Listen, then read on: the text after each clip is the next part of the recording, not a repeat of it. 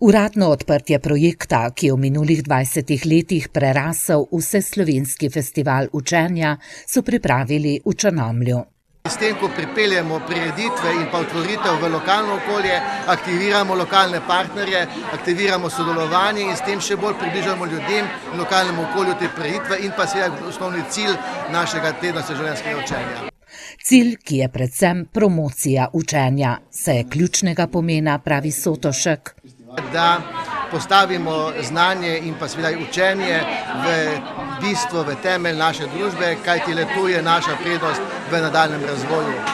Na slovesnosti so podelili tudi 5 priznanj Andragoškega centra Slovenije. Med dobitniki pa sta bila tudi Angleža Jill in Dennis Wright, ki sta se pred 9 leti iz Londona preselila v Belo krajino, ter se dejavno vključila v življenje in tudi učenje.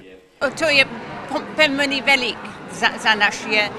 Na srce mi smo Belokranci in mi smo zelo veseli za tega.